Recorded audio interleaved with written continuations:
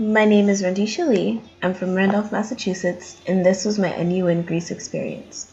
I went to a technical high school where I studied engineering for 4 years and decided to pursue further education in electrical engineering. In the spring, after handing in all my applications and nervously awaiting the answers, I was accepted into the NUN program. I decided to travel to Greece for a unique experience, as if traveling in my first semester of college wasn't already unique. I was nervous, excited, unsure, and ready to explore what would become my home for 3 months. However, leaving my family was hard.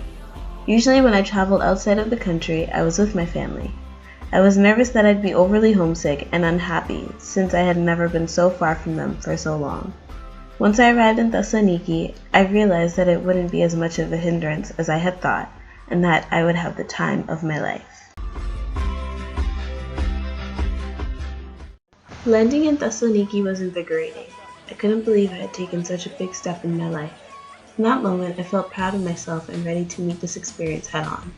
Over the course of the orientation week, we played a lot of icebreakers. There were a lot of icebreakers. However, they did their job and helped everybody to loosen up and become more comfortable around each other. We were also able to familiarize ourselves with our amazing ISAs during this time. We toured the campus of the American College of Thessaloniki, or ACT, where we would be studying for the next 3 months, so we could at least have an idea of what the campus looked like. While in Greece, Northeastern would have sponsored weekend trips. These included a trip to Halkidiki, Regina, and Athens and Delphi. These trips are memorable mainly because of how long it took to get there by bus. On a more serious note, the trips were really cool and gave us the opportunity to explore the more touristy attractions in Greece, while learning about the history of the country that had quickly become our home away from home. There were also a lot of Northeastern-sponsored day trips, night trips, and visits to interesting places around Thessaloniki, like going to a local coffee shop for a coffee grounds meeting, a tour of a chocolate factory, a play on Beauty and the Beast, a chance to explore the local market, visits to restaurants, and more.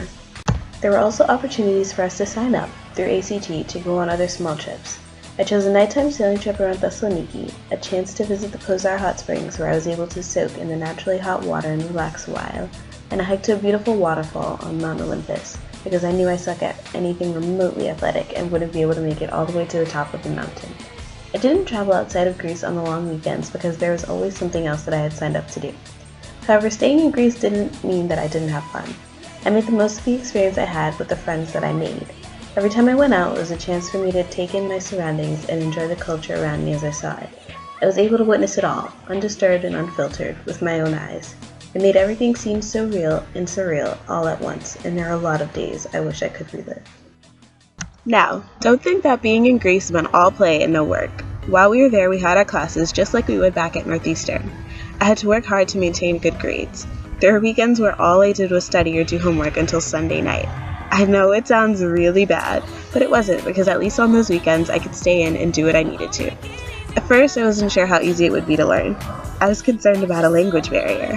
Well, contrary to my thoughts, the teachers and a majority of the population in Thessaloniki spoke and understood English very well, and it was very easy to communicate with everyone. The teachers at ACT were absolutely amazing. They were easy to talk to and made sure that any questions you had were answered to the fullest. The only thing left to talk about was my experience with our service learning project. My group had a dance class every Thursday night from 7:30 to 8:30. It wasn't a dance class if you may be thinking. It was Greek folk dancing. My first reaction was, why are we dancing? What happened to all the volunteer work they said we would do? One day during Global Experience class, my questions were answered. Our assistants at George and Kate spoke about how we couldn't just go into the community acting as our host and tell them what they needed. We had to ask the community what it wanted help to fix or change and work to help them with that. Otherwise, our efforts would look silly to them and have no lasting impact. Our project was really to help reintegrate Greek folk dancing into the culture. At times it was so frustrating because it would feel like we were just going to a dance class just to go.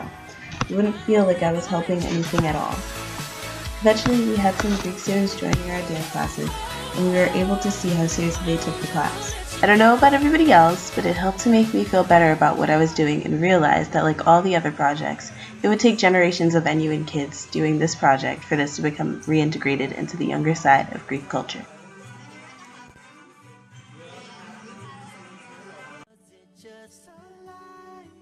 Overall, I had the experience of a lifetime. I became a more confident, adventurous, and less shy person because of it.